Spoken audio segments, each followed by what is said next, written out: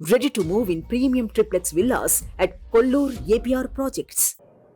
ఆయన సూర్యాపేటలో మాట్లాడుతుంటే మైక్ ఆగింది. అసలు ఎంత సిగ్గులేనోడు అంటే నేను మళ్ళీ విద్యుత్ అధికారులు అడిగిన. విద్యుత్ అధికారులు చెప్పాను, సార్ ఆయన ఉన్న ఏరియాలో కదా సూర్యాపేట టౌన్లో ఏ సబ్ స్టేషన్లో కూడా 30 సెకండ్లు కూడా కరెంటు పోలేదని అధికారిక లెక్కలు చెప్పినాయి. ఆయన పెట్టుకున్నది కూడా జనరేటర్తో పెట్టుకున్నాడు. ఆయన పెట్టిన మైకు ఆడ పెట్టిన సమావేశాన్ని కరెంటు కనెక్షన్ లేదు, జనరేటర్ కనెక్షన్ ఉంది. నీ జనరేటర్లో ఎవడు పుల్ల పెట్టిండో, నీ పార్టీలో ఎవడు కట్టే పెట్టిండో, ఆ 3 అడుగుల జగదీశ్వర్ రెడ్డి పడనోళ్ళు ఆ జిల్లాలో బొచ్చడి మంది ఉన్నారు. ఎవడు ఆ కనెక్షన్ వీకిండో, ఎవడు కనెక్షన్ పెట్టిండో ఎవడికి తెలుసా? నీ దాంట్లో ఉన్న బొక్కలు నువ్వు చక్కగా చూసుకోక ఇక చూసినావు కరెంటు కాంగ్రెస్ వాళ్ళు తీసిరని. చంద్రశేఖర్ రావు, నేను నీకు ఒక మాట చెప్పదలుచుకున్నా.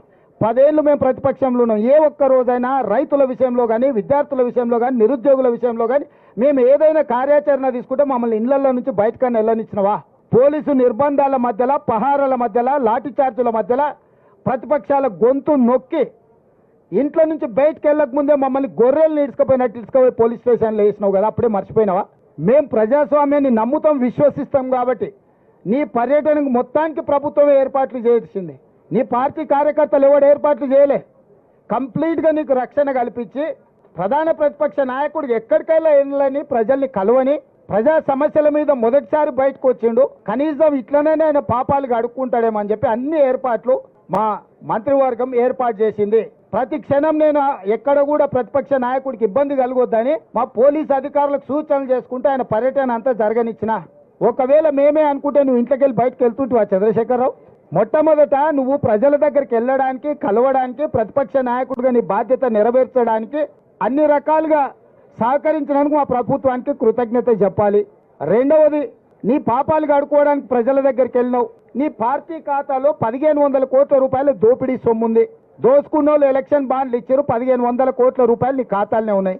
ఆ పాపం సొమ్ము ఒక 100 కోట్లు ప్రజలకు వంచిపెట్టినుంటే ఆ నష్టపోయిన రైతులకు అంతో ఇంతో 100 కోట్ల ఆర్థిక సాయం నీ పార్టీ ఖాతా నుంచి ఇచ్చినుంటే నిజంగానే ఈ రైతుల పట్ల నీకు సానుభూతి ఉంది, నిజంగానే రైతులు పంట నష్టపోయారు, దీన్ని ఏమన్నా సరిదిద్దాలని నీ ఆలోచన ఉన్నదని ప్రజలు అనుకునేటోళ్ళు.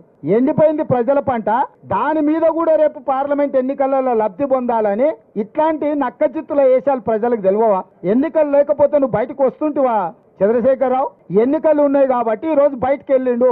ప్రజలు ఏమంటున్నారంటే బొక్కలో దాచుకున్న ఎలుకకు పొగ పెడితే బయటకు వస్తుంది సార్, ఎన్నికలనే పొగ పెట్టినాం కాబట్టి ఎలుక బయటకు వచ్చిందని ప్రజలు అంటున్నారు.